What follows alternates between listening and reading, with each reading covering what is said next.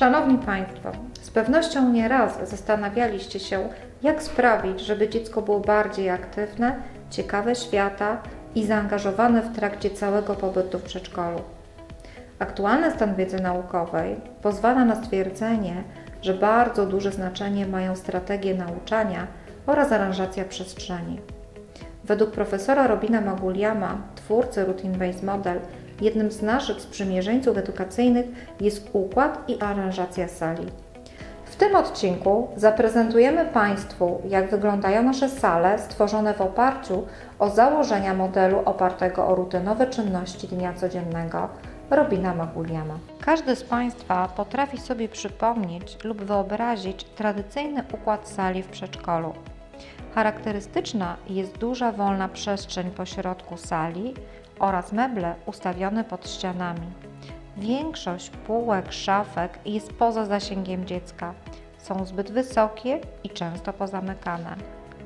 Oprócz dziecięcych stoliczków w sali zazwyczaj znajduje się biurko wyznaczające przestrzeń dla nauczyciela.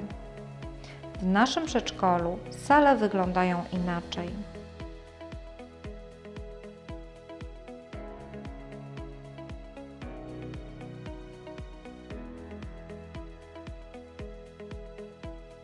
Zasady układu sali przedszkolnej według Routine Based Model. Pierwsza. Podzielenie środka sali na części.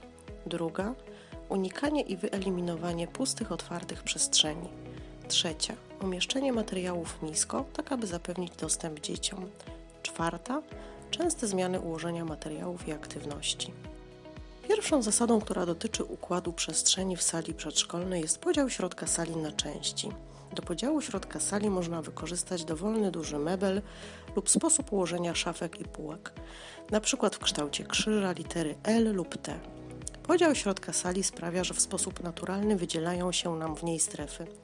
Takie rozwiązanie pozwala na zwiększenie aktywności dzieci, a jednocześnie eliminuje sytuacje, w których dzieci bezcelowo biegają po otwartej przestrzeni.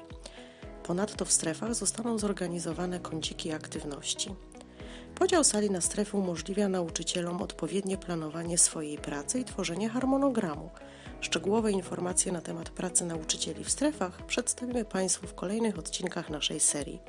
W każdej ze stref znajduje się kilka różnorodnych kącików aktywności. Najkorzystniejszym rozwiązaniem jest ustawienie miejsc aktywności w całym obszarze strefy za pomocą mebli lub innych elementów wyposażenia, np. pufa, wieszaki, sofa. Niekorzystnym rozwiązaniem jest ustawienie wszystkich mebli pod ścianą.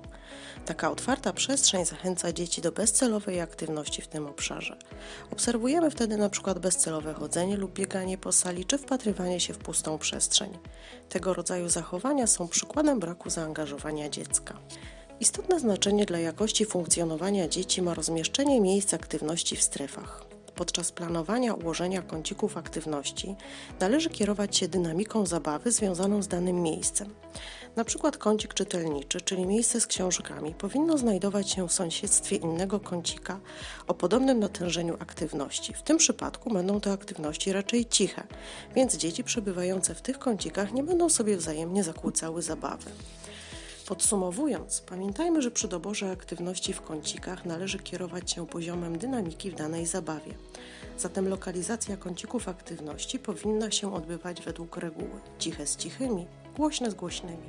Kolejnym ważnym elementem sali przedszkolnej jest rozmieszczenie materiałów. Powinny one być rozmieszczone na niskich, otwartych półkach w taki sposób, aby znajdowały się one w zasięgu dzieci i pozwalały im na stały dostęp do różnorodnych materiałów. Przedstawiony sposób dostępu do materiałów i zabawek motywuje dzieci do większej aktywności, pozwala na dokonywanie samodzielnych wyborów.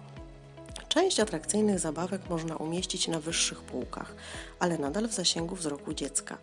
Tak stworzona sytuacja zachęca dziecko do komunikacji, ponieważ motywuje je do zwrócenia się o pomoc do rówieśnika lub dorosłego. Rozmieszczenie materiałów w sali przedszkolnej dotyczy również dekoracji umieszczanych na ścianach. Wszystkie plakaty, zdjęcia czy inne prace dzieci powinny znajdować się na wysokości wzroku dzieci, tak aby bez trudności mogły one do nich podchodzić i je oglądać. Taka demonstracja materiałów skłania dzieci m.in. do inicjowania rozmów.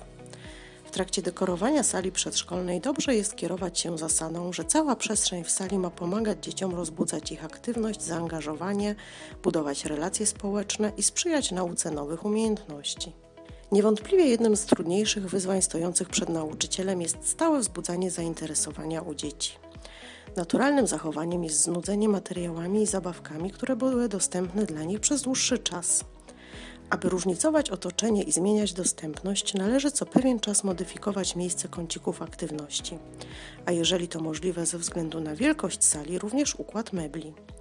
Często proste rozwiązania bywają bardzo skuteczne i wizualna zmiana układu sali i materiałów potrafi zwiększyć poziom zaangażowania dzieci oraz wzbudzić na nowo ich zainteresowanie.